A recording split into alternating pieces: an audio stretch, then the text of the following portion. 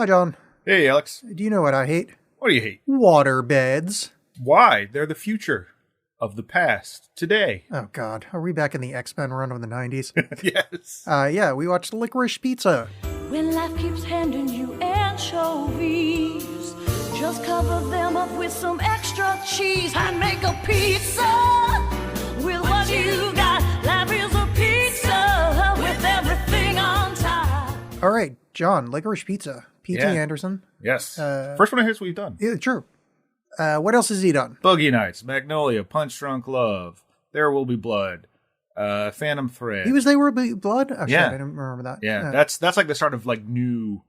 There's all to me. There's like, well, it's not just to me, but there's like old school Paul Thomas Anderson, which is Hard Eight, Boogie Nights, Magnolia, and then Punch Drunk Love is a little bit of a turning point, and then his style really kind of changed after that, and that's really where I like him a lot more. I'm not a big fan of those earlier movies as much. I like Magnolia quite a bit. Well, I liked watching Magnolia one time. I don't know if it's something I'd revisit. Yeah, I find it a bit overblown. We've early on in this show, I went on a big rant about the ending of it, and yeah, but I just like it went from having soundtracks like sad John Bryan, Amy Mann soundtracks to Johnny Greenwood, more sort of cinematic vibes. Yeah, the soundtrack's still pretty good in this movie though. Mm-hmm. There's some bangers. I was like a David Bowie. I was watching this with a friend that's quite a bit younger than me, and the running out of gas part happens, and she was confused as to what was happening. And I'm like, oh, that was like a real life. I'm like, this is before my time as well, but like This was still remembered quite well. But I was like, oh God, I feel like I'm a fucking million years old trying to explain this shit. Yeah, well, I even kind of forgot about some of that when it started. I was like, oh yeah, because I just remember hearing about it. But back in my day, we didn't have little lights that would come on when your gas was low. You just had to know. Yeah, or just look at the little right stick that goes towards F. And who has the time now in this push button back then world? They did. Back then we had all the time in the world. The other thing that this movie made me remember, and I had a moment of like, holy shit, I totally forgot about that, was cash on delivery. Mm-hmm. I haven't thought about fucking COD other than Call of Duty, which rocks. Thank you. But I haven't thought about fucking COD mail, and God knows how that was like everywhere in the 80s daytime TV. See, yeah, I just remember it being not allowed. No COD.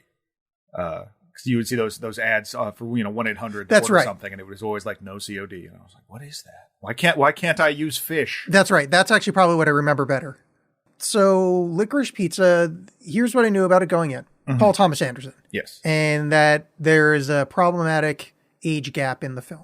Mm-hmm. Coming out of this movie, I know that it's Paul Thomas Anderson and there's an age gap in the film. Right. This is a very, as you call it, just hanging out movie. Yeah, it's a hangout picture. There's not a lot of plot going on. Not a lot of real character growth for the most part. I kind of loved it, but the person I was watching it with hated it for the same reasons I liked it. Uh-huh. Just like, nothing happened and I'm confused. I'm like, yeah, but nothing happened and I'm confused. Therefore, I like it. Uh-huh.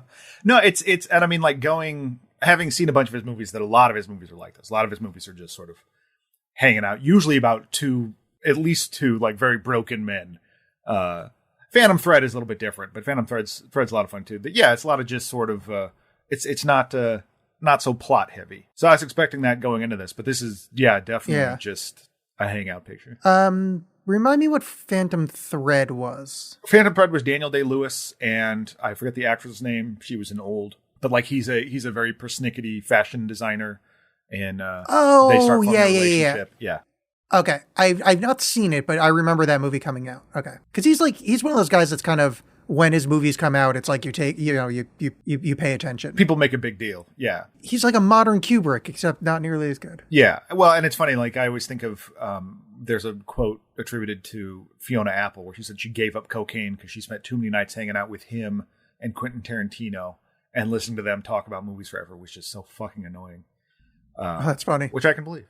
Particularly if either one of them is on cocaine. Yeah, so this is going to be a tough one to like. How do we start talking about this I guess movie? I mean, you brought up one of the sort of the elephant in the room is the age gap thing, which a lot of stink was made about. Honestly, it didn't bother me, and it didn't bother me because there wasn't anyone in a position of power in this movie. They're both that's a really good point. Hustling losers. He's like too big for his britches, so to speak. This guy, the lead guy, Gary Valentine, is a child actor who's aging out of the roles he was able to get in just like commercials and stuff like that. But he's also like a hustler, like the way he talks to people and whatever. He's very charming. He's played by Cooper Hoffman, Philip Seymour Hoffman's kid, and like, yeah, which is a huge gamble to have the two leads be not, established actors in both him and is he not an established actor? This is his first role. He was in something called the Trashers. Holy shit! I mean, he's good. He's really good. I just assumed he was a child actor in real life. Oh fuck! Yeah, all right. But he's really good, and he's playing basically. It's sort of a take on his story. Is take on this guy Gary Gitzman, who's a friend of Paul Thomas Anderson, who was a former child actor, and now he's a producer that collaborates with Tom Hanks a lot. But there's a lot of anecdotes from his life that fed into this movie. And it's his relationship, Gary's relationship with Alana. Apparently he wrote this script for Alana Haim, whatever. But like, she's a 25-year-old loser. Like, she doesn't know what to do with her life. She's still living at home with her family and stuff like that, and is like struggling to make a name for herself. When we meet her in the movie, she is assisting a school photographer take pictures of kids, like for picture day. But just feeling kind of stuck and aimless and trapped between teendom and full-on adulthood. And whereas Gary's kind of the opposite, where he's a little bit, he's trying to be an adult, but he's still a kid.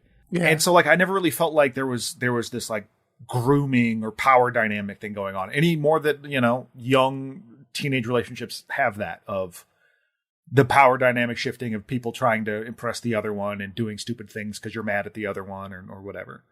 So it didn't bother me that much. I mean, I've read the complaints about it, and that's fine. I don't think it's necessarily unfounded. I just don't. It didn't really hit me as being intensely problematic. Intellectually, I know the problem of it, but it didn't hit me as well. And I think the power dynamic thing you bring up is something that I didn't really. That's smart. I didn't really put that together in my head. That he's the kind of hustler, the go-getter. Like, he's the more adult of the two, and she is just like this stilted kind of loser lady. I mean, it's still, I guess, technically wrong, but I think that's why it didn't bother me, is because he's got there's not that power dynamic. It's inappropriate, and it's addressed several times how it's inappropriate, and that affects their relationship, how it's inappropriate, but it doesn't, it's not the kind of movie that's going to dole out that kind of moral judgment about it, because it is about these two characters and all their flaws, those included. The same can be said, however, for the other, like, before we get too into sort of like too much about this movie, the other big controversy around it was John Michael Higgins and his portrayal of restaurateur Jerry Frick, as he's a guy. As the movie progresses, we find out that Cooper Hoffman's mom. Oh, I loved him. Well, like, I think he's a hilarious actor. I love him, everything. I think I first saw him in Arrested Development or something. Best in Show, fantastic, great actor. But like, that bit's just offensive. Like, so his thing is he's a restaurateur who opened this restaurant called Mikado, and it's supposed to be Japanese food, and his wife is Japanese, and when he talks to her, he puts on a big, like, Mickey Rooney in Breakfast at Tiffany's kind of thing, and she speaks Japanese, and it's not that I'm like, it is offensive, don't get me wrong, but it's more just like, the joke just doesn't work for me. It just is kind of cringy. It's not saying anything. I feel like about the era or the people involved in it, because it's like, oh wow, people were racist then too, crazy. And it just like the fact that it happens twice too is, I don't know. I like cringy. That. It won me over the second time, like that they repeated it won me over, because the first time I was like, that's a dumb bit, but the fact he does it the second time and like is cycling Asian wives, I'm not saying like it's a good joke, but it's a good character. Like, that's just some sleazeball 70s dude. I don't know. It worked for me as like a gross character. Not gross, but yeah, gross. Like a gross character. If it was more in line with everything else, like if it felt like more of part of the story, I wouldn't mind so much. But it felt like this sort of external bit they were throwing in there. Like, oh, it'd be funny to do a running gag through this. It doesn't really. Because I even think like the wacky shit with Bradley Cooper later, I think plays more into the overall story than, I mean, not just like in terms of elements that happen, but just like Bradley Cooper's character being kind of a weird hustler guy too kind of fits. We got to get to Bradley Cooper later, but yeah, absolutely. I didn't understand the relationship with John Michael Higgins and Gary. Like, why do they know each other? It's something to do with his mom. I think I missed something fundamental about how he knows these people. So his mother, played by Mary Elizabeth Ellis, who most people, if they know her as the waitress in she's Always Sunny, right? Always Sunny, and wife of Charlie Day. She's great on that show, and I was excited to see her in the trailer for this. I thought she was going to have a bigger part, but no, she doesn't. But still, it's nice to see her. But she is Gary's mom, and she is also his publicist. She is a publicist. And so when she meets them, she has written like an ad for them or something like that. Oh, of course. Okay, yeah. I get it now. All right. So she'd probably been doing that for a while, so he knows them, and that's okay. Mm-hmm. One of the things me and my watchmate were confused about is like how the hell he knows all these adults. Like he's like friends with the guy at the tail of the cock or whatever. Yeah. In some of these cases, it's because, he's been in the biz and he's an actor. Yeah. In I don't want to say hit movie, but a movie that's well, popular enough that it's basically the character that he's the old woman character that is being interviewed when he's out in New York. That's basically supposed to be Lucille Ball. But I get that. Okay. But he's also just like he's precocious little shit and wants to kind of ingratiate himself to everyone. And so I like that that at like age 14 he already like, oh no, I have dinner every Thursday at Tail of the Cock. And yeah. That's, he just wants to be a player in that one. I love the way that's introduced too, because so we meet him at school trying to get Alana to go out with him. And it leads us to believe he is an abandoned child. It's going to be like a sob story kind of thing. But it's like, no, his mom's around. It's totally cool. Yeah. Like, because it seems like, oh, I'm an adult. I'm taking care of my little brother. But I guess he kind of is, but it's not. I don't know. I guess it was leading me to a place it didn't go. And I was like, oh, this movie's not going to do the easy thing. Well, it's also like, what a quietly amazing opening in that, like, it's a lot of it is just one shot throughout. Yeah. And Paul Thomas and P.T. Anderson, he likes doing that stuff. But it's one shot focusing on the performances of two nobodies. Like that's you are investing a lot in this opening thing. And that is, and it worked. It really paid off. I thought they both did a great job. I'm not the biggest fan of Alana Haim, but I think she was good. I thought she was really good. Yeah, I thought she's great. I don't like the band. I will say my introduction to the band was actually through Paul Thomas Anderson, in that he did a series of videos, and the Hollywood Theater with a local record store, Jackpot Records, will have like these sort of like themed, I don't know, months, but like Jackpot will show a bunch of movies, usually like music based or something like that. And a lot of times they'll have performances beforehand of different artists. And they don't necessarily advertise that. They just say, oh, we're playing this movie. And you go like, oh, I guess there's a concert happening now. I rushed to get over here and the concert's happening. Okay. But before, I think it was Valley Girl. Before that, they played this, they called it a documentary, but it was 3 music videos from Paul Thomas Anderson of Haim, and everyone was furious at it. Because they just came to see Valley Girl. So by the time the third like song starts, everyone's like, no, stop. Oh, that's funny. So I'm tainted a bit, but I always think of that when I see Haim now. So her being in this, my hackles go up a little bit. But she was good. She was very good. That is a ballsy move. But I mean, I guess he knew after, rehearsal or whatever that what he had in it. Yeah, and he knew her, liked the song, liked one of their songs, then like started making videos for them, and found out that her mother was like one of his teachers when he was young. Oh, really? So it was a weird confluence of stuff. The other thing I love about this opening is very strong, kind of first act. Not that this movie has acts, but very strong first, 20 minutes. Mm-hmm. Is it immediately leads to him having to go to New York. I think it's New York. Yeah. He has to go somewhere on press tour. It's like, well, you can't go unless you have a Panoramic Guardian. And then just immediately he's on the plane with Alana. Mm-hmm. We meet Lance. It's such a fast-paced thing.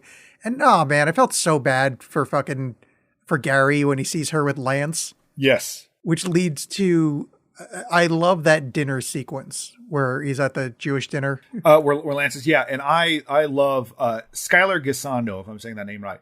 That guy's great. He's fantastic and book smart, very funny and good on Righteous Gemstones. He's one of those guys that I'm like, I keep seeing everywhere, and I'm glad every time I do. But yeah, so because he's really putting the moves on her. Because Gary is still like, it's funny because Gary's like, well, she's not my girlfriend. He's still like a little kid about it. Yeah. But Lance who's also in the same movie, is like, he's got his sights set on her, and they kind of get together. And yeah, she at some point she invites him over to meet his family, and they're very, very Jewish. They are having, like, I forget what the thing is, but basically to say a blessing. He's like, oh no, I'm an atheist. I couldn't possibly do that. He's very respectful about it, but just no, absolutely not. That's not flying. And that leads to my favorite thing in this. Well, one of my favorite things in this film. I love the way that she deals with this. Runs outside and screams at him, "What the hell was that?" And then turns into, "What does your penis look like?" What? What does your penis look like? Are you circumcised? Well, then you're Jewish. Yeah. It's such a stupid, high energy thing to scream, but I found it very amusing. Her outbursts are always pretty great. Because you could feel like the genuine frustration that it's like, well, she's just pissed because, like, she liked this guy and this was maybe also her ticket out. And then, like, what? No, you can't do this to me. Yeah. That scene is very funny. I didn't start and I think that, like you said, that first opening 20 minutes is really great, particularly for a movie that is as sort of aimless as this, that you're like, oh, I just have to hang out with these people. Cool. You've set it up in the first 20 minutes that I'm like, I'm enjoying these people and their interactions. So I don't mind that you're just going to take your time with it. Yeah. And it does take its time with it, but it's also kind of a little too quickly paced at times. Mm-hmm. So we're leading into, he discovers the wonders of the waterbed and starts his waterbed business. Yeah, because they're brand new. And the guy, the waterbed salesman, by the way, that's Leonardo DiCaprio's dad. I was wondering about that because, he's DiCaprio in the cast. I was like, oh, that's got to be a relative somehow. Yeah, who also was a waterbed salesman at one time. Oh, really? Mm-hmm. But yeah, he starts the waterbed business and then just randomly, so he starts the waterbed business by going to the teenage fair and trying to sell waterbeds, and then gets arrested for murder. When he goes to try out this waterbed, it's like brand new. They're just a brand new thing. So it's like, oh crap, I bet I can get in on this and sell a bunch and make a bunch of money. And yeah, tasted the teen fair, but then one of his buddies, brothers or something, one of his group is like, hey, what so and so's got his pipe. What if we like gave people some weed to try to sell them waterbeds? He's like, great idea. And so when the cops come down on him, just like out of nowhere, you're like, oh, well, they got busted with the weed. But no, it's because he's mistaken identity for someone's murder that happened. Yeah. And that was, and it's so fast. It's so fast. You're like, wait, what? Oh, okay. I guess that's done. Okay. Yeah. And he's like sitting there, like chained to like a bench in the cop shop. And they just drag some guy out. And he's like, nah, man, that's not him. Yeah. And they just unlock him. They don't tell him anything. It's so strange. The baby question, I can't imagine you know this off your top of your head, and I probably could have looked it up. When did Miranda rights happen? 1966. US Supreme Court they had Miranda rights. Yeah.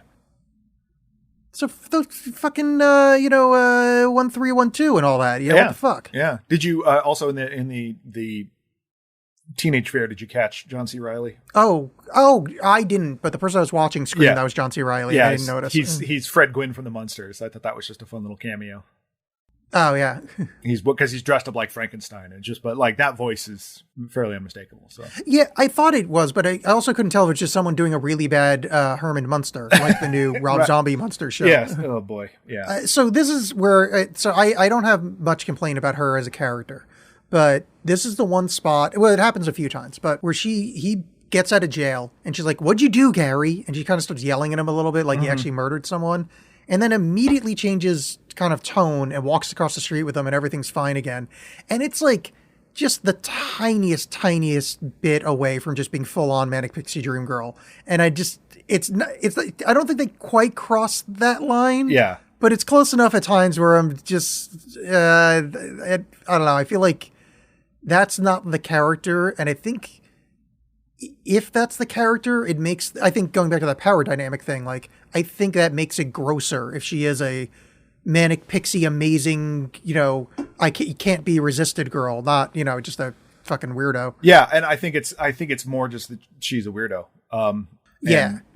But at times it's so close. Manic pixie dream girl.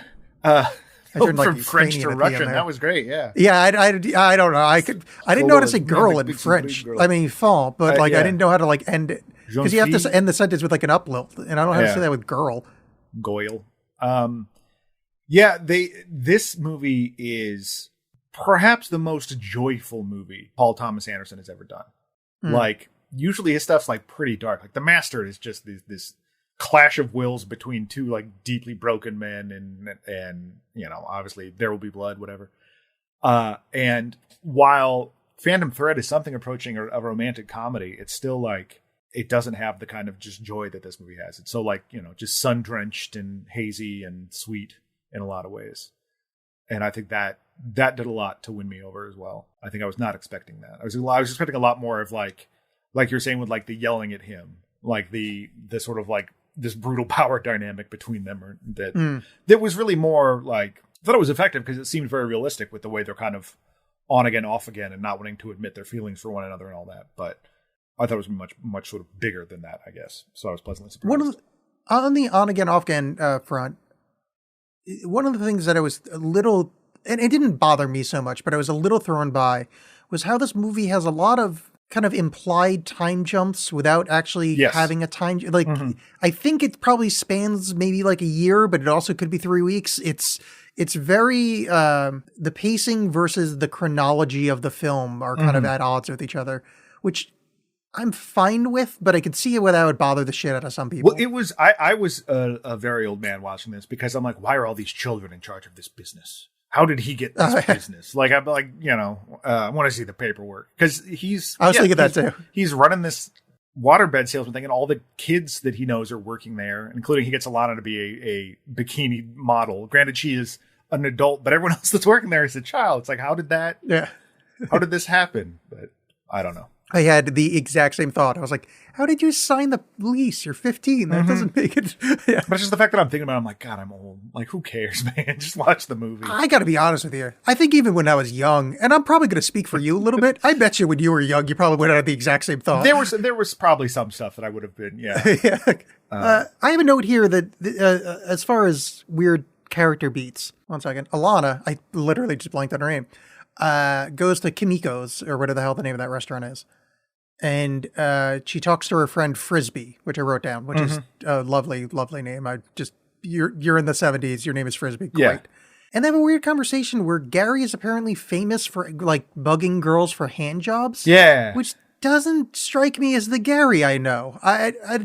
He doesn't seem the begging type. That threw me. That was a little strange because I expected more to kind of come of that in it. Well, pun not intended, but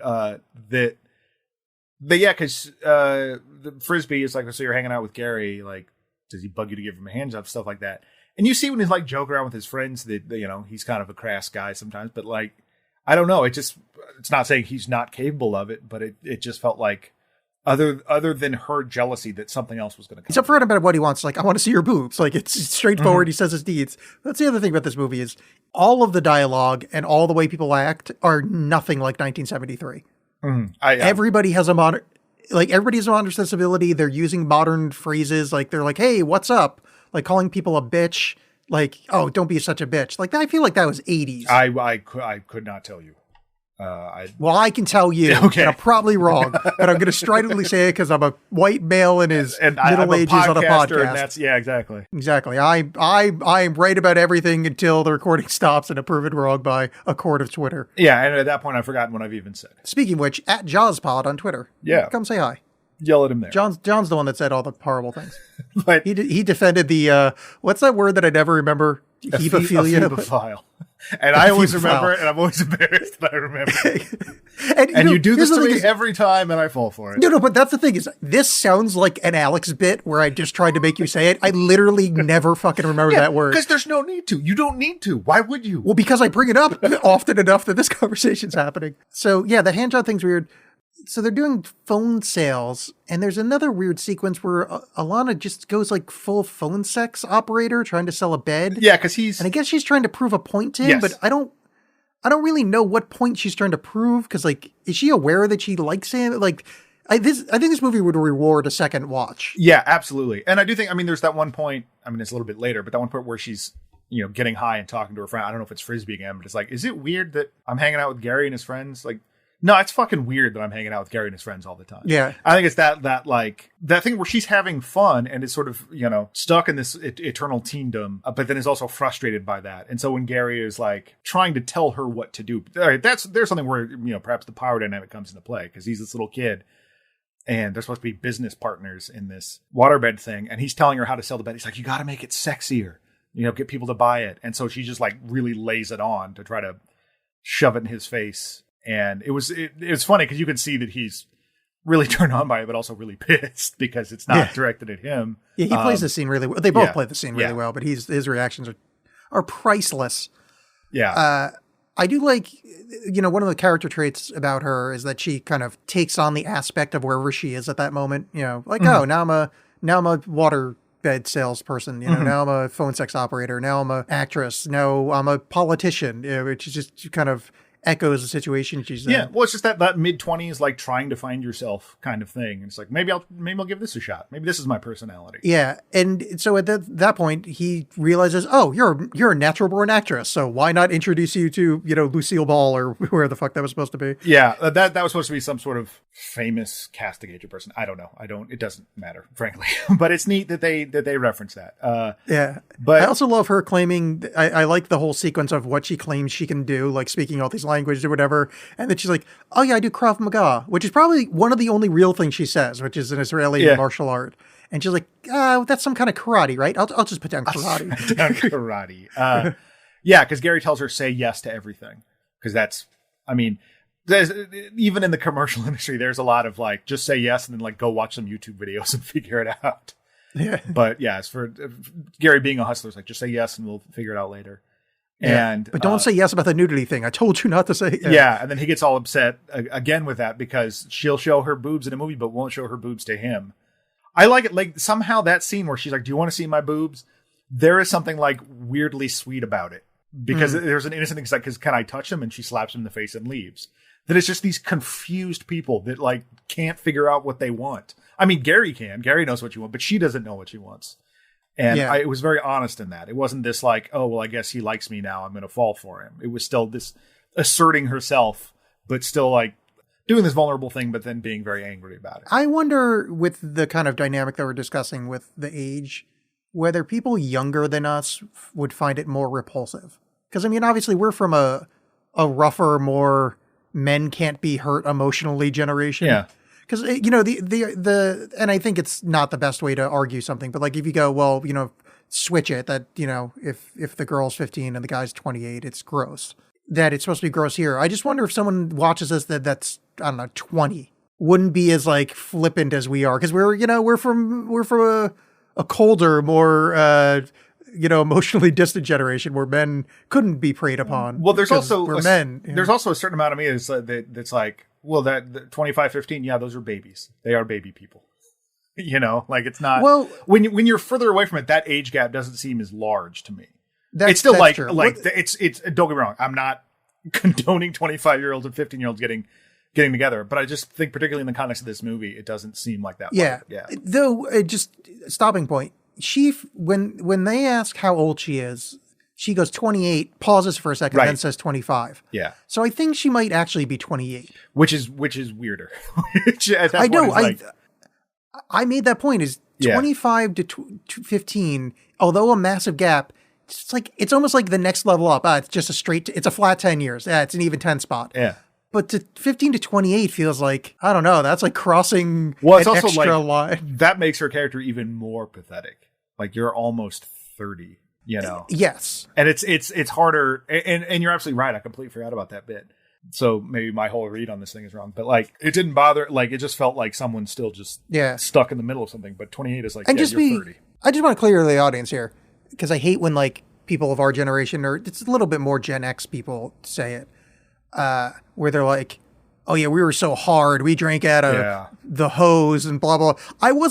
I'm saying I was raised in a horrible way where I'm not in touch with my emotions. I'm not trying to be like, oh yeah, we're butch men and men couldn't be hurt. I'm saying men can be hurt and it's horrible and we were emotionally abused because that's the way you raise children in the 80s. Just to be very clear here, this is not me romanticizing the horrors that we were brought up with it. We're broken in very specific ways.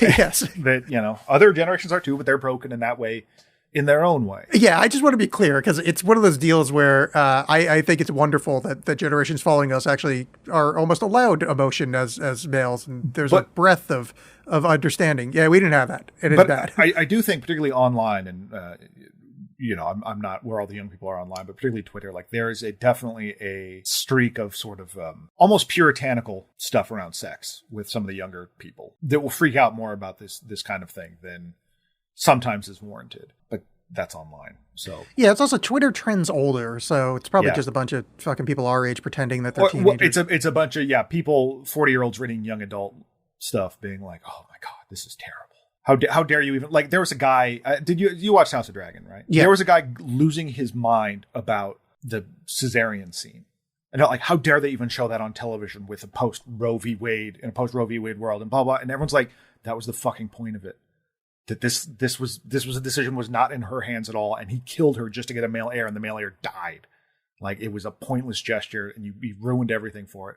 But the guy was just like, no, they just shouldn't have shown it. I mean, also, that's not how movies or that's not how TV shows work. That was made well before Roe v. Wade was. But it's just right there. But also, childbirth before antibiotics and modern medicine was brutal. Not to say this is, but it's that kind of thing. Like all TV is moral. It needs to represent my morality, and it's good. Yeah. Like only good things can be seen on TV, and I don't want to see bad things. Yeah, I got it. The House of Dragon. I mean, we'd already watched like a whole scene of dudes getting their arms chopped off, and it was pretty brutal. So like, yeah, I'm just that was the thing that was trending on Twitter today. That's just why it was sprung to mind. Oh, was that a trend? Oh, I thought it was just like one mad guy. Okay, no, but I mean, like I saw everyone dunking on that guy.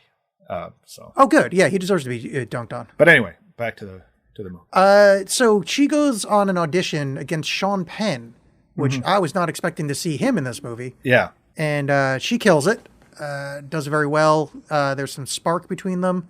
So he invites her to go to the tail of the cock. And Gary sees him there, and he's very upset. But let me just say this.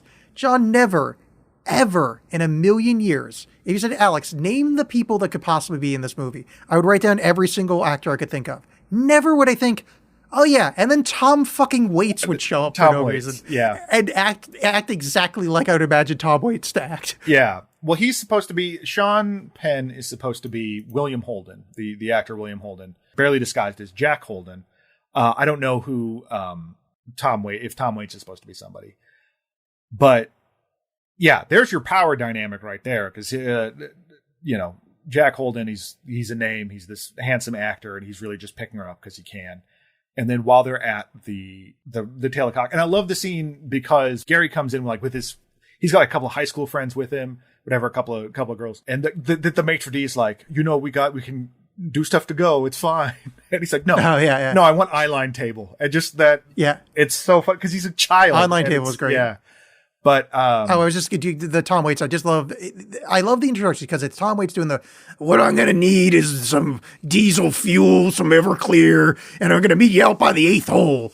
And in my head, I'm like, okay, this guy's just saying crazy shit. Yeah. But it turns out, no, those are actual ingredients that are going to be needed shortly when Sean Penn is going to do a cool motorcycle jump with a lot on the back of his motorcycle. Because this actor is famous for riding motorcycles, and so Tom Waits' director character wants to set up him to jump over flaming something, and so the entire bar, because he stands and makes this whole proclamation in front of the bar, and they go and do it, and as soon as Sean Penn takes off, Alana is just thrown from the back of the motorcycle, and Gary just comes running over to her as Sean Penn drives by. That's a really nice shot. Yeah, this whole movie is so nice looking. It's really great. But because this movie's so like episodic, and this might have been my favorite episode. It's a fun bit. which leads into like a really intimate moment between them. They hug, and he's like glad they're okay, and they end up like lying in bed together. And he reaches over and like hovers his hand over her tit. And then doesn't do anything about it. But they're like making eye contact the whole time. Like she's somewhat, I don't know, accepting of it. But like there's, and then he pulls his hand back, which I was like, holy shit, fucking 15-year-old not grabbing boob. Yeah, it was surprisingly sweet for what we know about Gary. Apparently the hand job demanding king. Yeah. I thought it was an emotionally bonding moment in the weirdest way, where it's just like, wow, you guys really are getting close by him not grabbing your tit. Well, and then what I like is so like they have this tender moment, and the next day they're having breakfast together, and there's news of the oil crisis. Alana is immediately furious at him because like, what do you think waterbeds are made out of? Like the vinyl that we need, it's from oil. What are you taught, And so she's just, you fucking idiot, yelling at him again. It seemed like they were, it's funny because it seemed like they were immediately like shutting down the shop. That's what I thought they were doing at first, was clearing it all out, but they were just loading a bunch of stuff in the van to deliver to Bradley Cooper's house. Or Bradley Cooper's character's house. On the vinyl note, I found funny where he's like, I don't know, it's some kind of like space magic fabric made out of, I don't know, rubber. And she's like, rubber's made out of fucking gas too, Gary. No, it's made from the rubber tree. Oh yeah. Well, it's like that's where rubber comes from. I mean, it doesn't matter, but I just they're like both dumb. It's just funny. I like when people scream wrong stuff. I mean, you probably know that about me by now. We're in the midst of the gas crisis, oil embargo, and they end up delivering a waterbed to Barbara Streisand's house. And Bradley Cooper shows up, and I'm not a big Bradley Cooper guy. I don't dislike him, but like he's never really done much for me. But he is so fucking perfect in this. He steals every scene he's in. He is so great. Yes, I tend to find him a little bit too actory for me. But I can see that. Like one of my favorite bits in and it's not a great movie, but it was a fun kind of garage band version of like Goodfellas was American Hustle. Like it was pretty loose, not that great, but there's one bit where his like FBI agent character is making fun of a different FBI agent character played by Louis C.K. And it's just like he does this little like body language pantomime thing of his character, and it was very, very funny. And speaking of demanding hand jobs, and he was in Wet Hot American Summer. He's pretty decent, decently funny in that. That's what I liked him in that. Yeah, but so often, he seems like this very serious actor and wants to talk about his process or whatever. But the character he is playing is a real life guy named John Peters, who was an absolute psychopath. And we've talked before about, 80s producers being lunatics. And this guy was definitely one of them. And like even started back in the 70s, he produced the original A Star Is Born, did all kinds of physical threats on people to get what he wants, and was also very charming, just like the John Peters in this movie. And in fact, when P.T. Anderson was kind of mentioning to John Peters that he was wanted to have him in a caricature of sorts, although it doesn't seem like that far off, of him being in the movie, Peters' reaction was like, well, you just have to include my favorite pickup line, which is, do you like peanut butter sandwiches? Which comes up later. But yeah, wow. But their scene, any scene with Cooper Hoffman and Bradley Cooper is fucking great. Yeah. Here's the lines that I chose to write down is, oh, you got an excuse? I'll shove an excuse right up your penis hole. Mm-hmm. Lovely. And I'm going to choke out your brother. I'm going to choke out your brother right in front of you. Well, I also like because they're there to install a waterbed. And Bradley Cooper is like, well, you guys are late because of the gas crisis. They traffic's been backed up, and that's when he gives the excuse line. But he's like, I have to go meet my girlfriend Barbara Streisand at the movies, and I'm going to be late. Don't. John, it's Streisand. Streisand. No. Streisand. He's like, don't fuck up my house. And I like that in the moment, Gary is afraid and like, yeah, whatever. But then as soon as he's out of earshot, it's like, yeah, man, he said that shit. And I would have, he's lucky that I was, I don't know. That kind of posturing it always makes me laugh. Bravado after the fact. And then I think it just speaks to their whole thing is they're installing the waterbed. They're filling it up. It's all going fine. And then Gary's like, no, fuck you. And just pulls the hose out and just starts drenching the whole place. Like there was no need to do that, but he wanted to prove a point, and I don't know. I like it's a quiet thing. It's not like this huge scene. It felt like it causes repercussions later, but it doesn't. I don't know. It just felt like the empty gesture that it was. But then so they're going to leave, and they realize they're like, are they leaving? And they figure out they're out of gas, and that's when they run into Bradley Cooper, or is it? Oh no, they run into Bradley Cooper, drive him to a gas station. He's being a freak. Like threatening the guy at the gas station to get, he's like, that's my nozzle. That's my fucking nozzle. Yeah, he's got a lighter out. Yeah. Then they fuck off going back up the hill, and he beats the shit out of Bradley Cooper's car. And that's when they realize they're out of gas. Which, on a character note, she seems to be far more aware of the world around her than someone that would just run out of gas like that. That felt a little forced. I guess there was so much other stuff going on that, you know, you the audience could be forgiven, you know, could forgive them because you're paying attention to all this other stuff as well. Backing down the hill was a nice little sequence. Yeah, that's how they get out of it. But they just, you're talking about these leaps, like all because they get down the hill and, you know, Gary's like, oh my God, that was hardcore. You're amazing, all this stuff. But then she's just kind of not like, oh my God, what am I doing with my life? Flash to calling her, an old classmate of hers, Brian, to volunteer for a political campaign. Like, I have no idea how much time has passed in that interim. No, that's another time jump thing where I wonder if there is a chronology of this movie, like how long this takes in screen time. But so she's in an effort to kind of get away from this stupid bullshit of Gary and his friends. It's like, well, I'll get involved with this election. This guy, again, another real life person, Joel Wax, city councilman running for a Los Angeles mayor, and that's played by one of the filmmakers of Uncut Gems, Benny Safdie. Safdie, yeah. He's in Andy Kaufman. Yeah, oh yeah.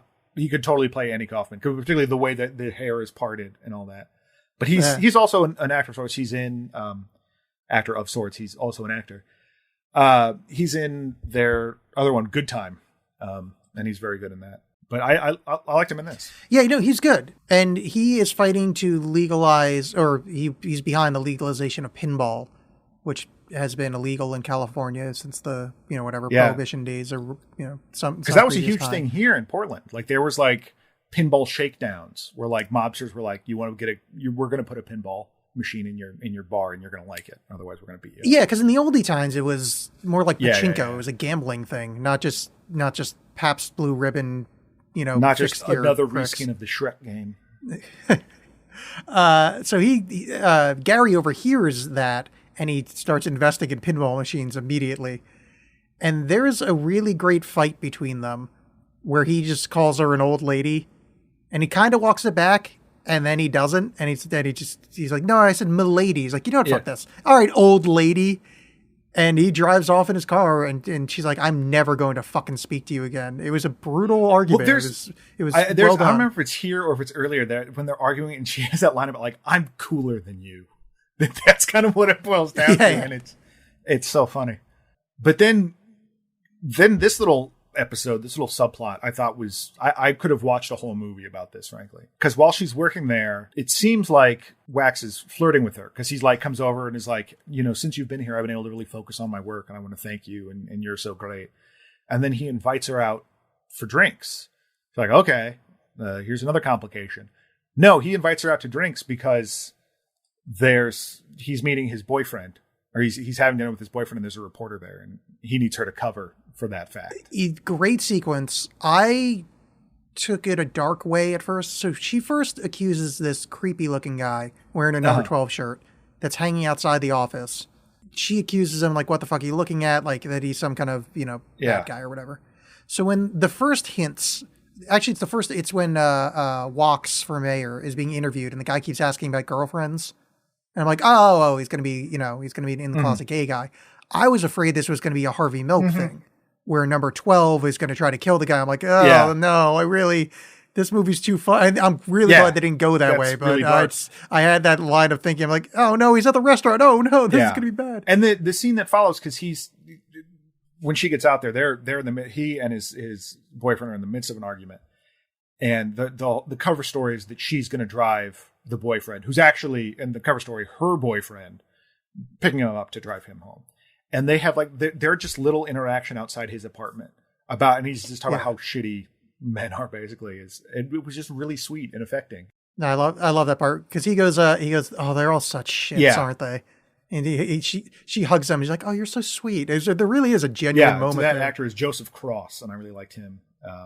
I don't think I've seen him in anything else, but that scene between the two of them was great. I love his work with Jesus. Yeah, he really nailed it. That didn't even make sense, but whatever. But so he's, while this is all happening, Gary is opening his Fat Bernie's Pinball Palace. That's it. I don't know what the deal with Fat Bernie is, but Fat Bernie was also the name of his. I was going to ask you that. Yeah. Is it just a name he came? I mean, or is it like a drug joke? Don't know. I don't think it's a drug thing, but I don't know. I don't know what it's from. But So he's having this grand opening, and he and Alana aren't talking, but he still wants Alana to show up. And there's a moment at the end where like he meets a couple of her friends, and they basically say like, go get her, like go chase her. And so he's running down the street, and she's like running towards him. And I like that the movie like puts a fine point on, remember all these other times in the movie they were running, because there's a lot of it. Yeah. Because I was going to be like, there's a lot of running in this movie. If you did not wrap that up, I probably would have had a problem with it. But if the fact that they kind of like see how they've always been kind of trying to reach each other. Oh, okay. Now then I'm fine with it. Doesn't seem like a you're just dipping into that same well again. It's building to something. Yeah. And they find each other, they hug, he takes her into the pinball, and he announces her as Alana Valentine, and she's like, oh, fuck you. And then what I also love is that no one cares. And I'm just like, okay. Yeah, of course not. Why would they? Yeah. But it's not this small thing. Yeah, everyone cheers. And we finally get our first very inappropriate on-screen kiss between our two lovelorn leads. And she says, to finish it, I love you, Gary. Mm-hmm. And that's, I mean, what a strange film. What a weird way to end. Like, it's funny because I don't feel like I went anywhere. Like I feel like I'm just kind of back at the beginning. But I mean, there obviously has been some sort of growth, and these people have had these experiences together. But it's like, oh, and everyone lived happily ever after. I don't believe that for a second, but I'm enjoying it all the same. I mean, I think it's pretty clear, from my opinion on this movie. I really enjoyed it. It's not for everybody, but I quite liked it. I'm like, I want to see it again, but I also don't want to sit through it. And ultimately, that's the caveat I'll place in it, is that although this is like generally glowing, I was getting antsy at several times during this. Like it really takes its time, and some of it works, some of it doesn't. I think it's a fun journey to make, but yeah, I don't know how often I'm going to revisit it. If I'm going to rewatch a Paul Thomas Anderson movie, I don't know that it's going to be this one, just because I tend to like his harder stuff. But I like that he was able to do something a little different and still have it be as good. Maybe not as good, but also be decent anyway. All right, so recommendations for next show. I remembered what I was talking about before. So Mr. Quentin Tarantino and his friend Roger Avery, who helped write Reservoir Dogs, and I think he directed stuff. And so anyway, you know who Roger Avery is. They started a podcast. Yeah, he almost wrote Phantasm 4. Really? Well, I mean... Yeah, he after winning the Academy Award, he was like, I want to do another Phantasm, which is amazing. That's awesome. So they used to work at a video store called Video Archives back in, the 80s, early 90s or whatever it was. And they just started a podcast together. There's only a few episodes out. And it's them so Quentin, when that store shut down, he bought their entire VHS library. And he bought the VHS library of another store as well, which he keeps like in his house. And there's a screening room there.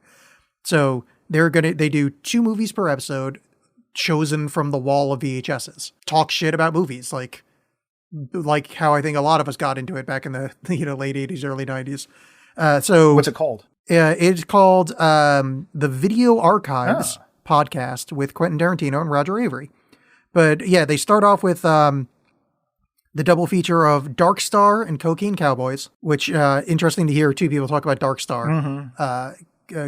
Quentin didn't like it until his later life, which I'm right there with him, because I don't think I understood that movie was supposed to be a comedy until probably my 3rd time watching it. And I'm like, oh, I get it. I got that it was a comedy, but I didn't enjoy it. But I haven't revisited it since I was a teen. And then the next one they also do an after show, which I haven't listened to yet, but they do Moonraker, Firefox, and Delirium, which I only know Moonraker, obviously. It's a good show. Quentin isn't as, when you know him from talk shows, he's not as high energy Quentin that can be somewhat annoying. He seems more like a real human that used to work at a video store. There was a great Empire magazine had it was like a 3-hour episode, at least 3 hours, something like that. But it was him and Edgar Wright just talking about like movies they loved. It might have been like the movies of the year or something like that. I forget. But Quentin Tarantino is unfortunately, it's hard to listen to because he's like on a speakerphone or like on an iPad in a kitchen in Israel, because he was trapped in Israel when all the COVID stuff started happening because of lockdowns there. So the sound quality isn't great, but just him and Edgar Wright just chopping it up about movies is fascinating to listen to. Because he doesn't, it's less great. that hyperactive thing. He's still has that, but it's not as performative as it can be. That's what this really came across as. And I mean, I've only listened to the first episode and the first episode. It's just quite long, so I thought I'd maybe listen to more than one. But recommend it very much. The Video Archives podcast with Quentin Tarantino and Roger Avery. Awesome. We recently lost Leon Vitali this past week, and I highly recommend the documentary about him, Film Worker. He was an actor. He's in Barry Lyndon, and then he started working behind the scenes with Stanley Kubrick, and is a huge part of preserving his legacy and all the weird, very perfectionist tendencies that Stanley Kubrick had, seeing those come to light. And it's a fascinating story, and he's a fascinating guy, and I highly recommend it. I had the chance to see it at the Hollywood Theater here in Portland, and he spoke afterwards. There's a little interview, and just a great dude. But yeah, what's the name of it again? Film Worker. Film Worker. It's really good. And then I have been this is a little sideways plug, I suppose, for the other podcast I'm on. This may hurt a bit, but we've been watching, going through all the Phantasm movies, which is why I know the thing about Roger Avery. And boy, I'd seen it a few times before, but I fell in love with the first Phantasm. Something about it this time around just really clicked with me. It's very dreamy and eerie, and it's not a perfect movie, but if you can get on its wavelength, it's great. Which one was Phantasm? Floating balls with the spikes at the end of it. The tall man. Oh yeah, Phantasm. Yeah. I remember Phantasm. I don't remember if I liked it or not, but other ones are weird, but the first one is solid.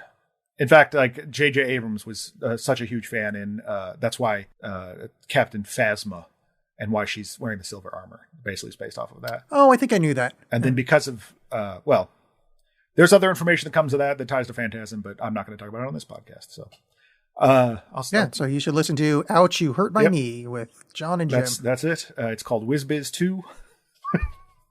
But yeah, definitely check out Film This Worker. May Hurt a Bit. This may hurt a bit. Yeah. This May Hurt a Bit is John's other show. My other show is WizBiz with Alex and Eric. You may have heard an episode last week, and if you're mad about that, go fuck yourself. If you're mad about it, go listen to it again angrily. Download it several times just to prove a point about exactly. something. And then to really show us, post it on your social feed saying, "Hey, this show is so bad. I really want you to listen to it. Please retweet." Yeah, that'd be the meanest thing you could do. So really do that. Yeah. Hey, John, what do you want to watch next episode? Well, I was thinking, we've had a long-standing request to visit one of my favorite movies about brotherhood. Oh, we're finally going to do it. Dance. All right. We're going to watch Akira, the anime classic from 1988. Yes, the cyberpunk classic featuring a really rad motorcycle. The second most screaming of the word Canada after the Olympics. Yeah. It is a classic of anime, and I haven't seen it in probably 20 years, so looking forward to revisiting. Yeah, it's been a while since I've seen it, and we'll get into it on the show a little bit, but in high school, I watched this all the time, and particularly the shitty streamlined dub, so it's going to be hard for me to watch like a better version of this movie than I've seen before. Oh, yeah. I don't even remember. I think I watched this. I think the last time I watched this, I think I was still in my I'm so cool, I only watch subbed anime phase, which I was in, ladies. Yeah. Just, But I'm glad we finally stepped up and are doing this. It's 2D, but it looks very 3D. We're stepping up to the 3D animation of Akira. We'll do that next week. Remember to follow us on Twitter at JawsPod. We're on Facebook as well. And if you like the show, which you do because you're listening this far into it, make sure to share it on social media. Say like, hey, I like the show, and put it there. Or tell your friend at the office or something, because the more people listen, the more, I don't know, my self-esteem will go up. Yeah. Skosh. And who doesn't want that besides Al? Yeah, fair point. All right. See you next time. Bye-bye. Bye.